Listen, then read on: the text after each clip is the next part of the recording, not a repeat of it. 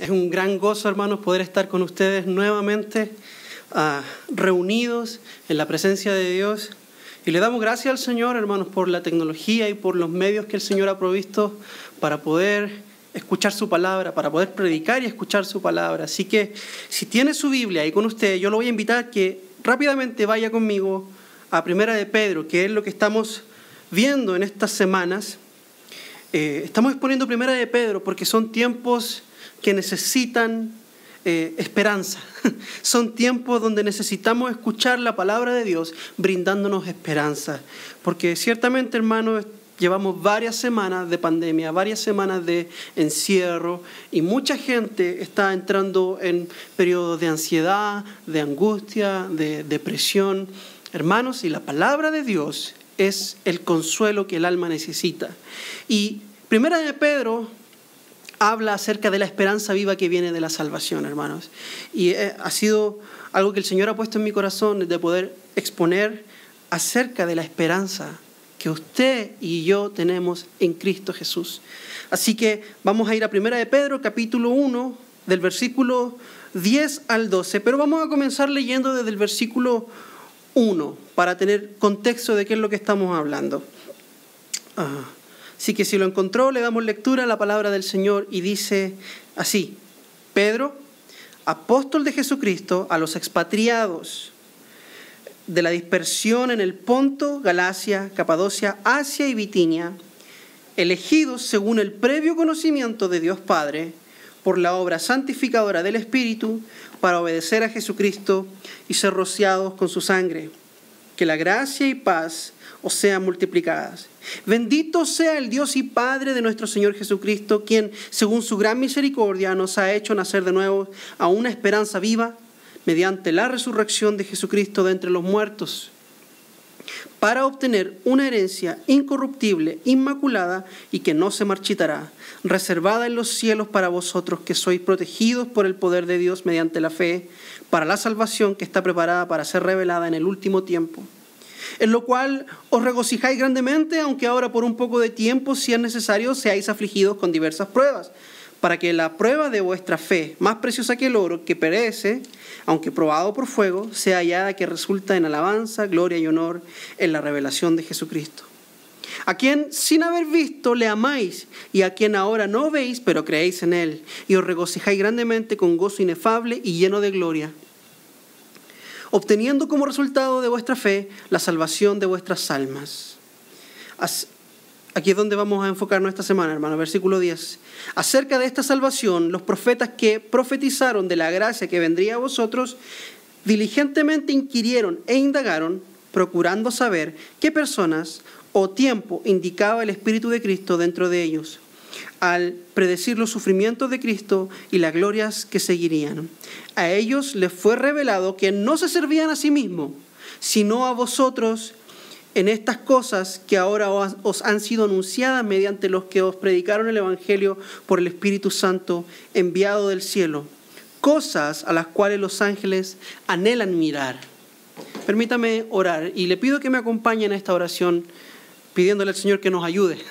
Padre Celestial, yo te doy muchas gracias por ser bueno con nosotros, con tu pueblo, Señor. Aquí estamos dispuestos para escuchar tu voz y listos, Señor, para recibir tu palabra, tu enseñanza. Yo te pido con todo mi corazón, Señor, que uses esta instancia para formarnos más a la imagen de Cristo, que es el deseo de tu corazón y el anhelo de todo aquel que ha sido regenerado, que ha nacido de nuevo. Muchas gracias, Señor. En el nombre de Jesús. Amén. Amén. Hermanos, estamos ya creo que en la cuarta exposición de Primera de Pedro, y lo que el apóstol Pedro le ha venido diciendo a su audiencia, a un grupo de hermanos que están sufriendo la persecución por el amor a Cristo, le está diciendo: hermanos queridos, contemplemos la salvación que Dios nos ha dado para tener esperanza en este tiempo difícil. ¿Okay? Tiempos difíciles ustedes están viviendo, pero la forma en la que Dios va a proveer esperanza para ustedes es cuando miramos al sacrificio de Cristo en la cruz, cuando recordamos que hemos sido salvados por Dios. Entonces Pedro comienza hablando acerca de esta salvación poderosa, maravillosa, que los hermanos y usted y yo hemos recibido. Esta salvación es trinitaria porque el Padre está involucrado, el Espíritu está involucrado y el Hijo está involucrado en ella.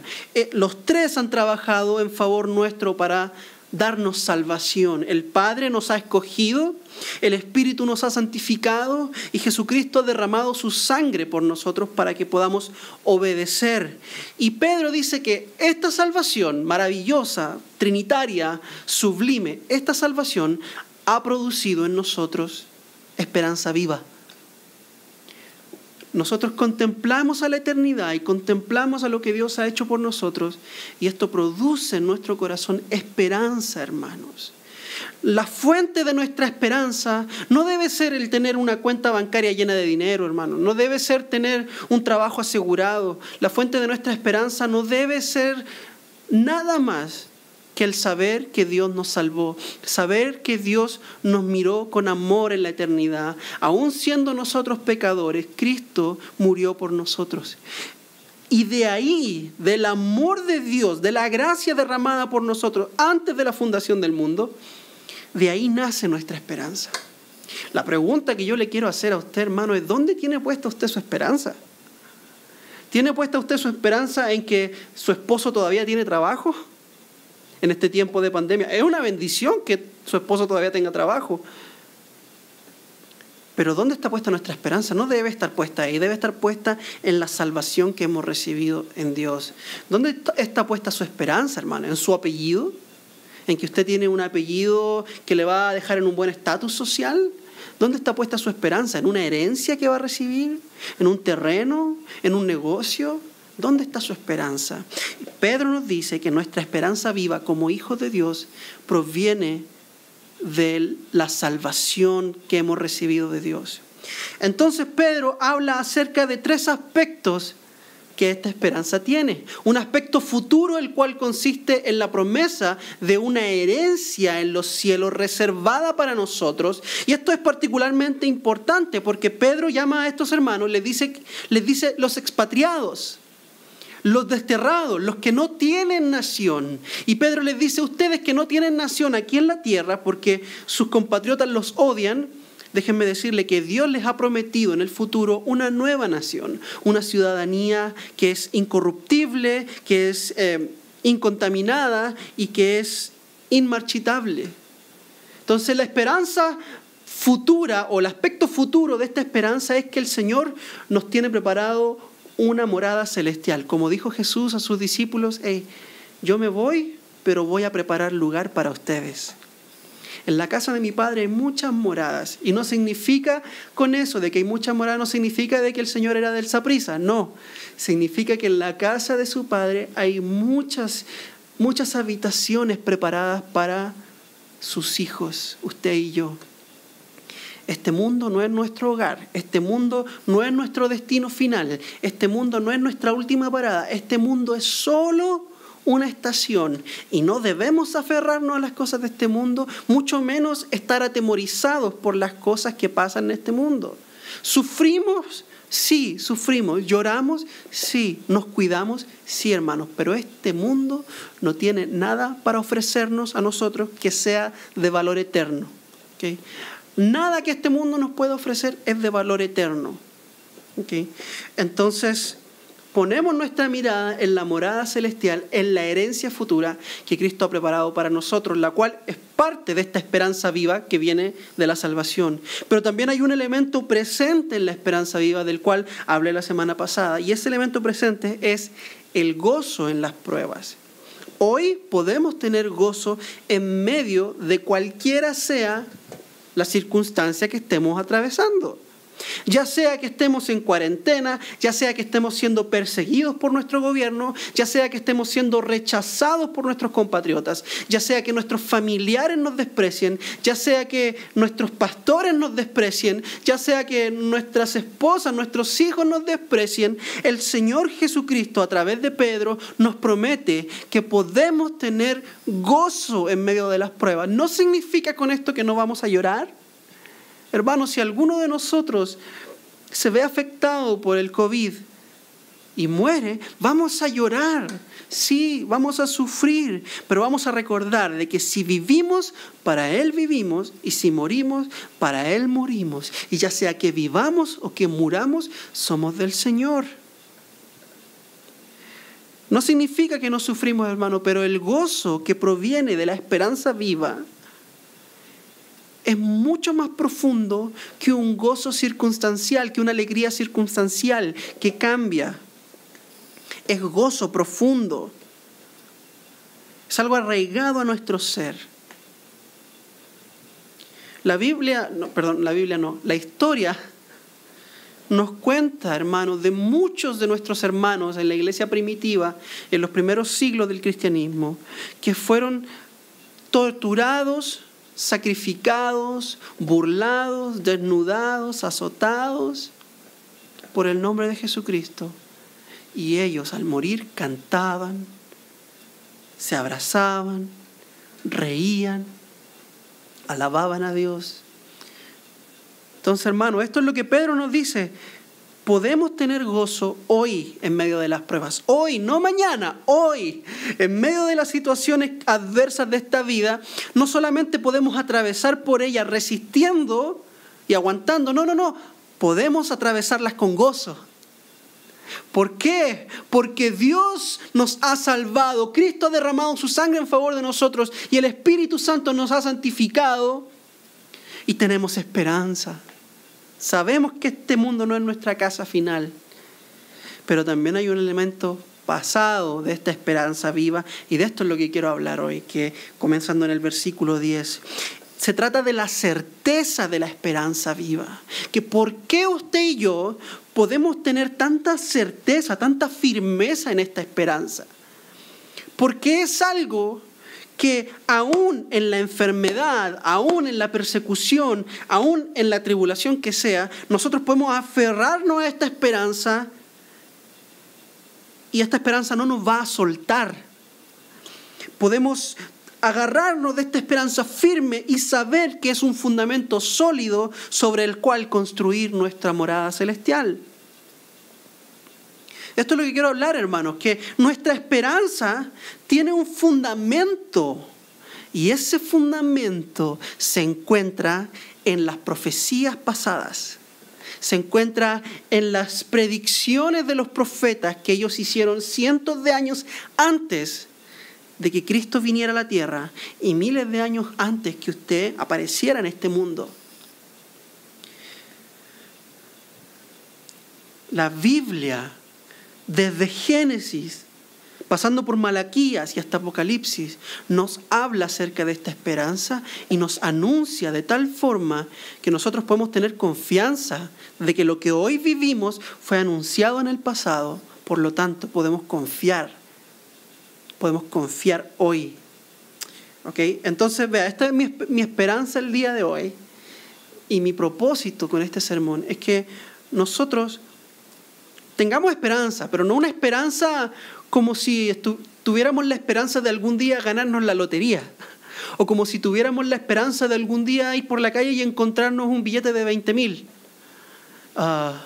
No ese tipo de esperanza, sino que una esperanza fundamentada en la verdad, fundamentada en algo que es objetivamente observable y yo puedo decir esto es verdad, por lo tanto yo puedo confiar en aquello. Yo puedo confiar en que esto va a ocurrir porque en el pasado Dios habló acerca de esto y me dio la seguridad. Entonces yo puedo tener esperanza. Entonces mi objetivo es que en medio de las tribulaciones que estamos viviendo hoy, en medio de las necesidades que usted, mi hermano, está viviendo, y en medio del aislamiento y de la falta de trabajo, que usted tenga esperanza, que usted sepa que el Señor ya sabía, que el Señor lo planeó esto desde antes de la fundación del mundo. Él ya sabía su crisis, Él conocía que usted iba a pasar por esta prueba y a Él no le tomó por sorpresa y que Él prometió darle a usted esperanza en medio de esta prueba. ¿Okay? Que esta prueba no va a ser para destrucción, sino que, como dice en versículos anteriores, el fuego de la prueba purificará nuestra fe. ¿Okay? Usted no será destruido con esta prueba. Usted será purificado porque usted pertenece al Señor. Usted será acrisolado, usted será limpiado de este mundo porque usted pertenece al Señor.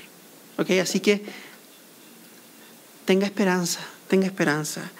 Vamos a ir al texto porque el versículo 10 nos dice lo siguiente, que acerca de esta salvación que nos produce esperanza viva, los profetas que profetizaron de la gracia que vendría a vosotros diligentemente inquirieron e indagaron. ¿Ok? ¿Qué es lo que nos está diciendo en primer lugar Pedro? Nos está diciendo que hubo profetas en el pasado que profetizaron acerca de la gracia que usted y yo íbamos a recibir. ¿Ok? Pedro está hablando aquí muy claramente del Antiguo Testamento. Y cuando habla de los profetas que profetizaron, no se refiere solamente a los que tienen nombre de profeta, como Isaías, Jeremías, Daniel, Malaquías, sino que también se refiere a cualquier persona que haya profetizado acerca de la gracia hoy recibida de parte de Dios por nosotros. Por ejemplo, Moisés. Moisés profetizó de esta gracia, David profetizó de esta gracia, Jacob profetizó de esta gracia. Ellos no son considerados profetas hasta cierto punto, pero también profetizaron. Es decir, Pedro nos está diciendo, muchachos, en el Antiguo Testamento hubo hombres de Dios que inquirieron, que estudiaron, fueron por medio del Espíritu de Dios, inquirieron acerca de esta gracia. Ahora, hermanos, es importante que nosotros sepamos esto. La gracia no es una cosa que ocurrió después de la cruz. Muchas veces hablamos de la ley y de la gracia y nos referimos al Antiguo Testamento como un periodo sin gracia, no sin gracia de no divertido, sino que un periodo donde no hay gracia, donde no hay misericordia, donde todo era ley, muerte, apedreamiento y ya. Y no es así, hermanos, no es así. El Dios de gracia que hoy se nos presentó por medio de Jesucristo es el mismo Dios de gracia en el Antiguo Testamento, hermanos. Este Dios misericordioso, lleno de amor, no es un invento de los apóstoles, no es un invento del Nuevo Testamento. Dios está lleno de gracia. Me gustaría ir a un pasaje de la Escritura que nos muestra esto. En Zacarías capítulo 12, Zacarías capítulo 12, versículo 10, vemos que el Señor promete su gracia. Esta Biblia es nueva. Zacarías capítulo 12, versículo 10, dice lo siguiente, hermanos.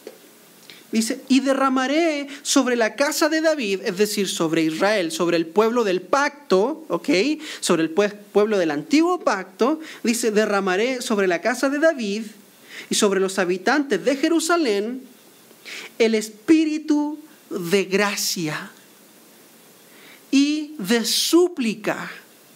Y me mirarán a mí, a quien han traspasado, y se lamentarán por él, como quien se lamenta por un hijo único, y llorarán por él, como se llora por un primogénito. Vea, hermano, lo que dice el Señor. Esto lo vemos en Juan. Esto es una profecía clara acerca de Jesucristo. El Señor promete que derramaría su gracia sobre Israel. ¿Cómo? Haciéndole a Israel creer en Jesucristo, dándole fe para creer en Jesucristo. Sí, es una profecía acerca del futuro, hermano, pero tenemos que entender una cosa. Lo que dice Pedro, Jesucristo viene siendo anunciado desde el Antiguo Testamento. Es decir, que la gracia con la que Jesucristo operó en el Antiguo Testamento. ¿Qué es la gracia? ¿Qué es la gracia, hermanos? Para que entendamos esto. La gracia es tratar a una persona de una forma que él no merece ser tratado, de una forma buena. Darle a alguien la bondad que no merece. Darle a una persona los beneficios que esta persona no merece. Cuando Dios nos salva, Él nos da su salvación y nosotros no la merecemos. A diferencia de misericordia, es muy parecido, hermano, pero misericordia es lo opuesto. Es no dar a un culpable el castigo que esa persona merece. Por ejemplo, misericordia, en el caso de nosotros que merecimos el infierno, merecemos. Misericordia sería cuando Dios nos dice, usted no va a ir al infierno, usted no va a recibir el castigo justo que merece. Eso es misericordia. Pero gracia es que Dios venga y nos diga, usted va a ir al cielo. Usted va a ir al cielo. Le voy a dar a usted algo que usted no merece. Entonces, Pedro nos dice que los profetas profetizaron acerca de esta gracia que usted y yo recibiríamos, la promesa de poder ir a su presencia, de poder recibir salvación. Ahora, ¿qué fue lo que profetizaron estos profetas? En primer lugar, ellos profetizaron acerca de un pueblo nuevo. Nos dice Pedro, procuraron saber qué personas o tiempo indicaba el Espíritu de Cristo dentro de ellos. Y el versículo 12 nos dice que a ellos se les fue revelado que no se servían a sí mismos, sino a vosotros, ustedes, los hermanos a los cuales Pedro les habla, pero también usted y yo. Ellos profetizaron acerca de un grupo de personas que recibirían esta gracia y que no pertenecían al linaje de Abraham, Isaac y Jacob. Un pueblo extranjero, un pueblo diferente, un pueblo gentil. Ya no eran solamente judíos, sino que también habían ahí nicaragüenses, chilenos, peruanos, argentinos, bolivianos, colombianos, costarricenses, por supuesto, sobre todo costarricenses. Isaías 65:1 dice lo siguiente, hermano, voy a buscarlo rápidamente. Isaías 65, versículo 1, dice esto. Me dejé buscar por los que no preguntaban por mí, dice el Señor. Me dejé hallar por los que no me buscaban. ¿Quién eran los que no buscaban al Señor, hermano? Nosotros, los paganos, los gentiles, los que no éramos del linaje, no éramos del linaje de Abraham, Isaac y Jacob. No teníamos la circuncisión en nuestra carne. No habíamos sido llamados de nuestra tierra y nuestra parentela, sino que éramos un linaje extraño. Pero el Señor dice en Isaías, me dejé buscar por los que no preguntaban por mí, me dejé hallar por los que no me buscaban y dije, heme aquí, una nación que no invocaba mi nombre. Hermanos, esto es profecía de usted y de mí. La profecía que dice que usted y yo llegaríamos a la fe, siendo extranjeros, siendo no judíos, el Señor tenía preparado para nosotros su salvación.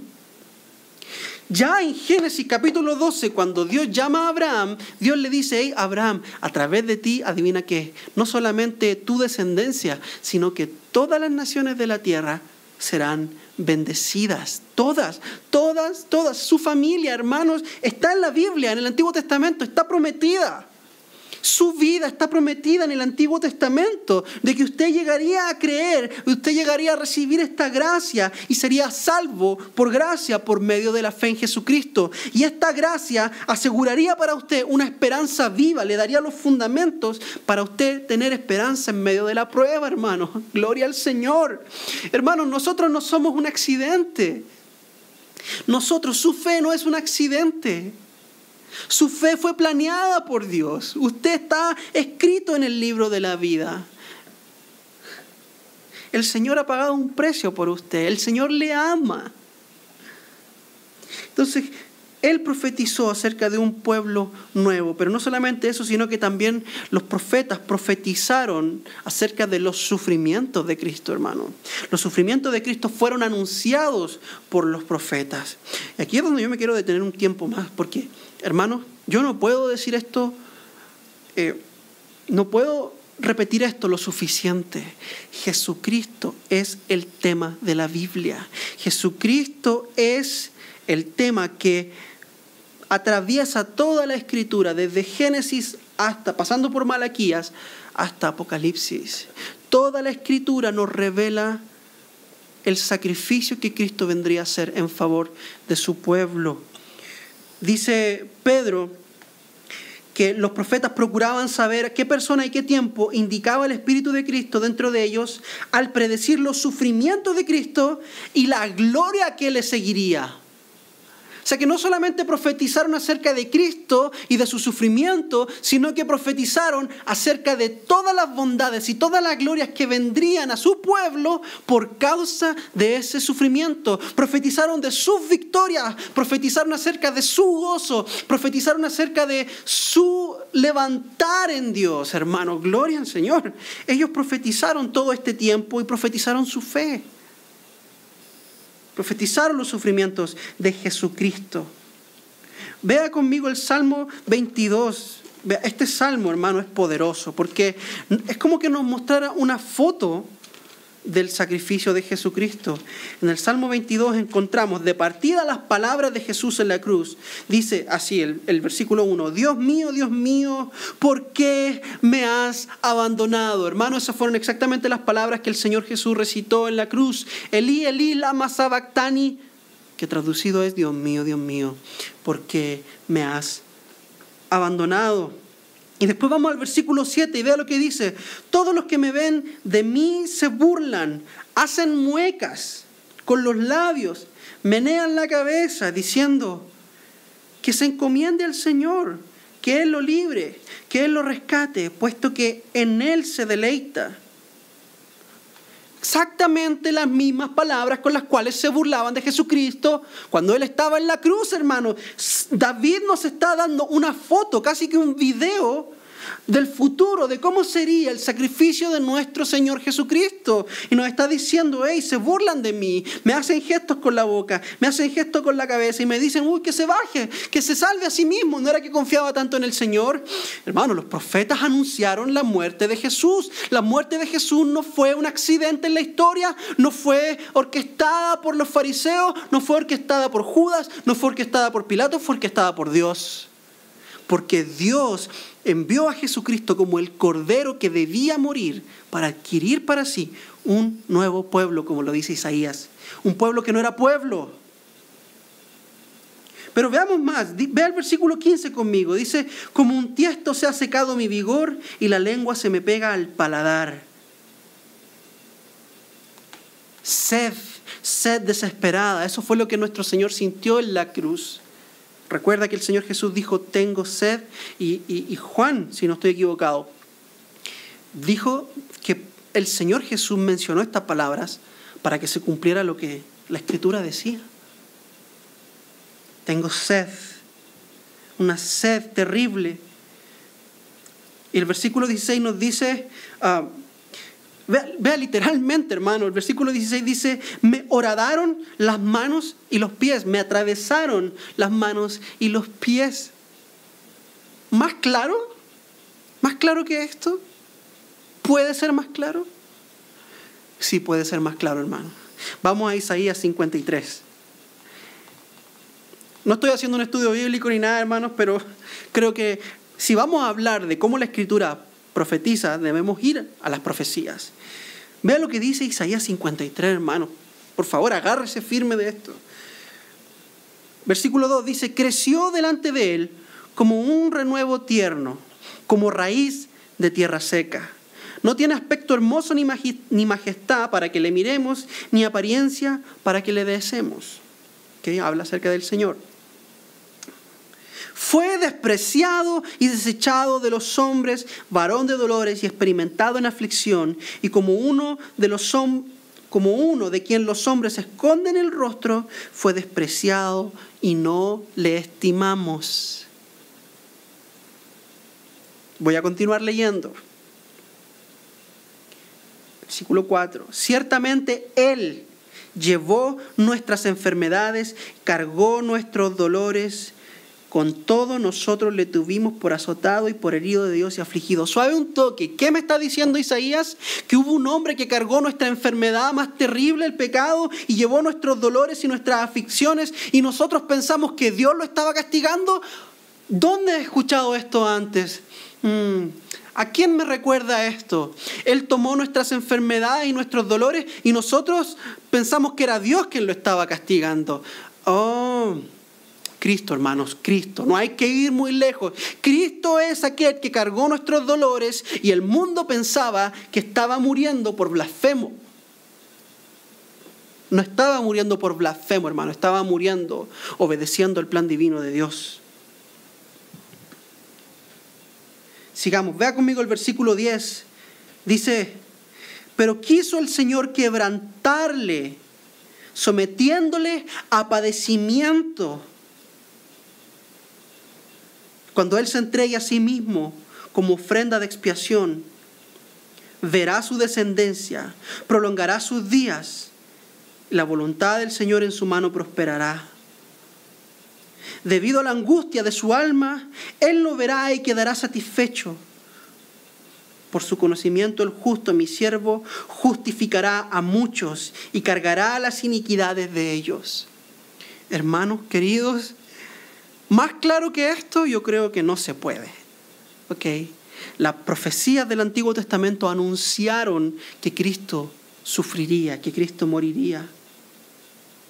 Vea el versículo 7 lo que dice: como oveja que ante sus trasquiladores permanece muda, no abrió su boca. No abrió su boca. Hermano, y pensemos que Isaías fue escrito unos 600 años antes de que el Señor viniera. Yo le invito a que lea Isaías 53. Después de este sermón, vaya y lea Isaías 53 y deleítese en la precisión con la cual el Señor habla a Isaías y le describe la misión de su siervo sufriente, Jesucristo. Entonces, hermanos, podemos tener certeza de esta esperanza viva. ¿Por qué? Porque el Señor la predijo, el Señor la anunció en la Escritura, en el Antiguo Testamento, con precisión, hermano. No fue un batazo, así, no fue algo que Él, como decimos en Chile, le achuntó nomás. Lo dijo así como de guava y tuvo suerte y dijo las palabras correctas. No, hermano, Él lo predijo con precisión. Podemos confiar, podemos tener esperanza. Usted puede pararse con la frente en alto frente al mundo y decirle: ¿saben qué? No me interesa su COVID-19, no me interesa su persecución. Yo confío en uno que es más grande. Yo confío en uno que controla la historia, que controla el curso de mi vida. Yo sé para dónde voy, yo voy para donde Él va. ¿Puede usted tener esa esperanza, hermano? Usted puede, si usted es hijo de Dios.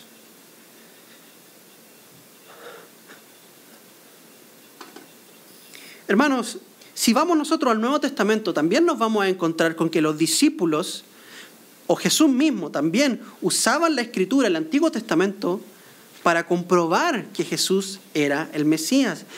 No lo voy a leer, pero voy a contarle la historia. En el Evangelio de Lucas nos cuenta la historia de dos discípulos que después de que el Señor Jesús fue crucificado, ellos se fueron de viaje a una ciudad que se llama Emaús, el camino de Emaús. Dos discípulos a los cuales no son identificados, no se nos dice el nombre,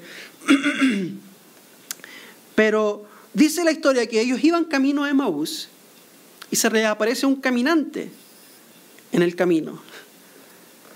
Y les dice este joven, este muchacho, les dice: hey, ¿qué van conversando? Y estos dos discípulos le dicen: oiga, pero usted ¿qué? Está viviendo debajo de una roca, que no sabe lo que pasó. Jesús de Nazaret, un hombre grande, fue entregado a los romanos por los sacerdotes y fue crucificado. Y nosotros pensamos que él era el Mesías, pero parece que no. Así que ahora nos vamos de vuelta a nuestras casas porque ya se acabó el sueño mesiánico. Y entonces este caminante le dice: pero qué lentos que son ustedes para entender lo que los profetas dijeron acerca de los sufrimientos del Mesías, que era necesario que el Mesías sufriera y resucitara, de acuerdo a los profetas. ¿Saben quién era ese joven caminante? Jesús mismo, resucitado. Los discípulos no le reconocieron. Pero la Biblia nos dice, el texto de Lucas nos dice que Jesús pasó toda la tarde y toda la noche explicándoles por medio de la ley y de los profetas cómo era que el Mesías tenía que sufrir y resucitar. Jesús utilizó las Escrituras, es decir, las profecías del Antiguo Testamento, porque el Nuevo Testamento no existía en ese tiempo. Jesús utilizó las Escrituras del Antiguo Testamento para hablarles acerca de Él mismo, para enseñarle acerca de los sufrimientos del Mesías. Los sufrimientos de Cristo, como dice Pedro. Hermanos, Jesucristo es el tema de la Escritura. Jesucristo es el tema del Antiguo Testamento. Jesucristo es el protagonista desde Génesis, pasando por Malaquías hasta Apocalipsis. Jesucristo. Pero no se queda ahí, sino que también nos dice cómo fue que ellos lograron profetizar estas cosas. ¿Cómo fue que lograron ser inspirados para profetizar acerca de un nuevo pueblo y para profetizar acerca de los sufrimientos de Cristo de manera tan específica y tan detallada? Pedro nos dice que fue por medio del Espíritu de Cristo. Dice que fue el Espíritu de Cristo quien les indicó a ellos la información que ellos escribieron. El Espíritu de Dios. Hermano, y si fue el Espíritu de Cristo quien habló a los profetas, entonces sabemos que es verdad. Sabemos que es verdad. Nosotros estudiamos Tito, ¿se acuerdan? Tito 1 dice lo siguiente: Dios no puede mentir. ¿Hay una cosa que Dios no puede hacer? Sí, mentir. ¿Por qué Dios no puede mentir? Porque todo lo que sale de su boca es verdad. Hay una escena que a mí me gusta mucho de una película que se llama Bruce Todopoderoso, que con Jim Carrey. Pero es una pésima película, mala teología, ¿ok? Pero hay una escena muy chistosa, hermanos, que Jim Carrey le dice a Morgan Freeman, que hace el papel de Dios, y le dice a Jim Carrey: a ver, si usted es Dios, dígame, ¿cuántos dedos tengo aquí detrás? Estoy mostrando aquí detrás de mi espalda. Entonces Jim Carrey muestra 5 aquí en la espalda, y obviamente Morgan Freeman no lo ve, y Morgan Freeman le dice: tiene 5 dedos, ¿ok? Y Jim Carrey le dice: ahora, ¿cuántos dedos tengo? Él lo está escondiendo, y Morgan Freeman le dice: tiene 7 dedos. Y Bruce o Jim Carrey le va a mentir, entonces le dice: no, te equivocaste, tengo 5. Y le aparece en la mano derecha, en lugar de tener 5 dedos, tiene 7 dedos. Hermano, Dios no puede mentir. Si Dios dice que usted tiene 7 dedos en su mano, 7 dedos va a tener en su mano, hermano. Dios no puede mentir. Todo lo que sale de su boca es verdad. Todo lo que sale de su boca es verdad. Por eso confiamos en que estas profecías son verdaderas, porque fue el Espíritu de Cristo el que las profetizó. Juan 14:6 dice, el Señor Jesús dice: yo soy el camino, yo soy la verdad. Él es la verdad. Él no dice verdad, Él es la verdad encarnada. Por lo tanto, usted y yo tenemos certeza en las profecías pasadas. Nuestra esperanza viva tiene este elemento pasado de que su certeza se encuentra en las profecías que ya se hicieron anteriormente. ¿Qué es lo que quiero decir con todo esto, hermanos? Que el Antiguo Testamento debe ser apreciado por la iglesia, debe ser amado por la iglesia, debe ser atesorado por la iglesia, debe ser estudiado por la iglesia y debe ser predicado por la iglesia de Jesucristo hoy. El Antiguo Testamento no es una serie de reglas pasadas, es la revelación de Jesucristo de una forma velada, pero es la revelación de Jesucristo y es de donde nosotros tenemos la certeza de esta esperanza viva que ha venido a nosotros. Si usted no conoce el Antiguo Testamento, hermanos, no me extrañaría que usted tenga poca certeza. No me extrañaría. No me extrañaría que usted vacilara en su fe. ¿Quiere ser usted un cristiano firme? ¿Quiere ser usted un cristiano asegurado en la fe, que camina a paso firme? ¿O quiere ser toda su vida un cristiano que camina, como decimos en Chile, al 3 y al 4? Que camina a puro tropiezo, que no sabe si sí o no sabe si no, que siempre está luchando con el mismo pecado ridículo, que nunca puede avanzar, que nunca puede crecer, que ya debería ser un predicador, pero todavía ahí está en la escuelita dominical, en la clase de los niños. ¿Quiere usted ser un cristiano maduro, adulto, que pueda comer comida sólida? Entonces comience a leer el Antiguo Testamento, lo desafío. El Antiguo Testamento es para usted, el Antiguo Testamento es para mí, el Antiguo Testamento es para la iglesia. Debemos amarlo, estudiarlo y predicarlo. Los discípulos, hermano, Pablo en Tesalónica, cuando fue a predicar a Tesalónica, él razonó con los habitantes de Tesalónica, de las sinagogas, con el Antiguo Testamento. Y con el Antiguo Testamento, él les demostró a ellos que Jesús era el Mesías. Debemos amar el Antiguo Testamento. Pero no solamente el Antiguo Testamento, hermano, porque Pedro también nos dice que esta gracia que fue anunciada por los profetas fue predicada por aquellos que le predicaron el Evangelio a los hermanos, fue anunciada por los apóstoles. Dice el versículo 12, en estas cosas que ahora os han sido anunciadas mediante los que os predicaron el Evangelio por el Espíritu Santo enviado del cielo. Hermanos, y esta predicación de estos predicadores en esta época que llevaron el Antiguo Testamento a estos hermanos y lo llevaron a Europa y lo llevaron a Asia, se convirtió en lo que hoy conocemos como el Nuevo Testamento. Entonces, no solamente nuestra esperanza viva se basa en las profecías del Antiguo Testamento, sino que también se basa en la predicación de Cristo del Nuevo Testamento. Entonces, ¿qué es lo que quiero decir con todo esto, hermano? Que el Antiguo y el Nuevo Testamento deben estar acá, hermano, en nuestro corazón, atesorados. Aquí, hermano, firme, aquí, en nuestro corazón, pero también acá, en nuestra mente. Debe ser algo que usted y yo amamos, hermanos. Ya pasó el tiempo de ver películas y pensar que podemos aprender de Jesús una vez al año viendo Jesús de Nazaret o viendo las series de televisión, viendo Moisés o José y esas teleseries basura y ridículas. Hermano, si usted es hijo de Dios, si usted ha sido salvado, si usted ha renacido para una esperanza viva, comience a leer la Biblia ya. ¿Qué está esperando? ¿Qué está esperando para tomar la Biblia? ¿Qué tiene que pasar en su vida para que la Biblia sea preciosa para usted? ¿De qué colores se las tengo que pintar? ¿De rosadito, de amarillo? ¿Biblia de colores? ¿Biblia de arcoíris? ¿Biblia de promesa? ¿Biblia para mujeres? ¿Biblia para jóvenes? ¿Biblia para misioneros? ¿Biblia para pastores? ¿Biblia para este? ¿Biblia para aquel? Pero hermanos, ¿qué tiene que pasar para que usted y yo amemos la Escritura?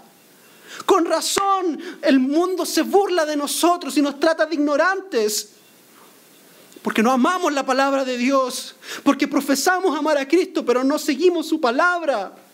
Porque profesamos amar a Dios, pero no tenemos idea de lo que dice Juan 3:16. No sabemos ni dónde están los libros de la Biblia. ¿Qué tiene que pasar en nuestra vida? Con razón no tenemos esperanza, hermano. Con razón cuando viene la angustia, cuando viene la prueba, no resistimos. Yo le quiero animar, hermano. No piense que estoy regañándole. Quiero animarle a que volvamos a ser el pueblo del libro. Y muchos dirán, no, pero es que la letra mata. Bueno, ellos, los que dicen eso, son los que necesitan leer la Biblia. Porque si leyeran la Biblia se darían cuenta de que cuando Pablo habla acerca de la letra, no está hablando acerca de la Biblia propiamente tal. Está hablando de tomar la ley sin el Espíritu de Cristo. De quedarse con la letra de la ley y no ser vivificado en el Espíritu de Cristo. No hay forma, hermanos, no hay forma de que usted y yo tengamos esperanza y mucho menos que estemos arraigados a ella si no leemos la Escritura. La Escritura es la certeza. La Escritura es la certeza por la cual podemos tener esperanza. Déjeme decirle algo. ¿Se ha sentido desesperado en este tiempo? Probablemente sí. Yo me he sentido desesperado en este tiempo. ¿Sabe lo que hay que hacer? Ir a la Escritura. Porque no podemos evitar sentirnos mal muchas veces, pero hermanos, Como les decía, el gozo no es algo circunstancial. Podemos sentirnos tristes, podemos sentir un poco de ansiedad, sí, pero en última instancia tenemos esperanza. Y cuando nos falte la esperanza, que nuestra primera respuesta sea ir a la Escritura, a las páginas maravillosas de este libro. Para terminar, vea lo que dice el versículo 12 al final. Hablando acerca de la predicación del Evangelio, dice que los ángeles anhelan mirar esta predicación. Que el cielo completo está atento cuando se anuncia el Evangelio. Yo me pongo a pensar, hermanos, en septiembre, el 15 de septiembre, aquí en San José o en otras partes de Costa Rica, y también en diciembre para las fiestas y para los toros y todas esas cosas.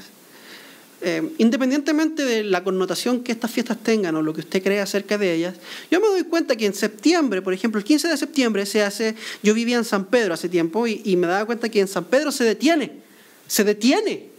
¿Para qué? Porque hay desfiles y todo el mundo va a mirar los desfiles. Se detuvo. Usted no puede pasar por la principal porque todo está detenido. ¿Se detuvo para qué? Para observar un evento lindo. Jovencitos bailando, jovencitos tocando música, celebrando la identidad costarricense. Ahora ve, hermanos, si un evento tan pasajero y que al día siguiente se nos olvida, como lo es el 15 de septiembre, puede paralizar a toda una ciudad y a toda una nación por su belleza. Imagínese cómo paraliza el cielo la predicación del Evangelio. El Evangelio y la predicación del Evangelio es el evento más maravilloso que puede ocurrir en la tierra. ¿Y sabe qué? Cuando se predica el Evangelio, el cielo se detiene a mirar. El cielo se detiene a mirar y los ángeles ven y dicen: mira, ahí está Gonzalo predicando el Evangelio. Está anunciando las obras que Cristo hizo en favor de él. Él está agradecido porque Jesús murió por él. Ahí está anunciándole a más gente el Evangelio. Hermano, ¿usted quiere tener la atención del cielo? ¿Quiere usted tener la atención del cielo? Predique el Evangelio. Predique a tiempo, fuera de tiempo. Predique aquí, predique allá. Predique en todas partes, a su familia, a sus vecinos. Y tendrá la atención del cielo, hermano, se lo aseguro. Los ángeles le observarán. ¿Por qué? Porque el Evangelio es el evento más maravilloso que hay en toda la galaxia. El Evangelio es maravilloso. Y de eso hablaron los profetas, del Evangelio, de los sacrificios de Cristo y del pueblo que Él adquiriría por medio de su sacrificio, el Evangelio. Entonces, hermanos, si Cristo ha sido prometido y Cristo ha venido, ha muerto por usted, ha sido entregado, su sangre ha sido derramada y fue anunciada cientos y miles de años antes que Él viniera, usted y yo podemos tener certeza. Si fue anunciado antes por Dios y Dios no miente, la esperanza viva que usted tiene está fundamentada en una roca sólida, en una roca que nadie la puede mover. La palabra de Dios, el Antiguo Testamento, el Nuevo Testamento, anuncian lo que usted y yo estamos viviendo hoy. La gracia divina derramada sobre nosotros. Que vivamos, hermanos, que vivamos en esta esperanza. Lo animo una vez más. ¿Cuál es la cura para la ansiedad?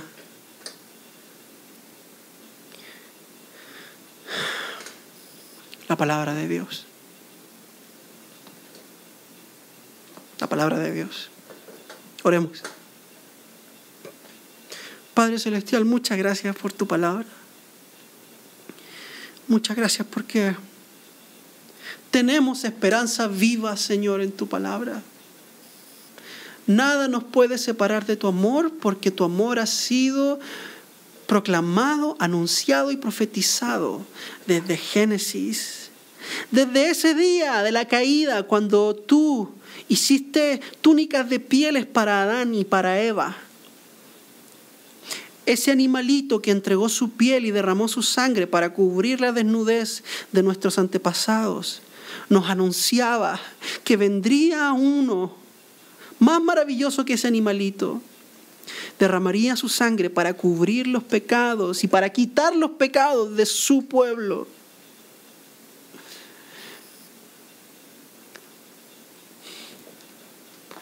Señor, yo te doy gracias por ser para nosotros una certeza más segura que la salida del sol de mañana. Señor, la esperanza que tenemos es más segura que el hecho de que el sol va a salir mañana.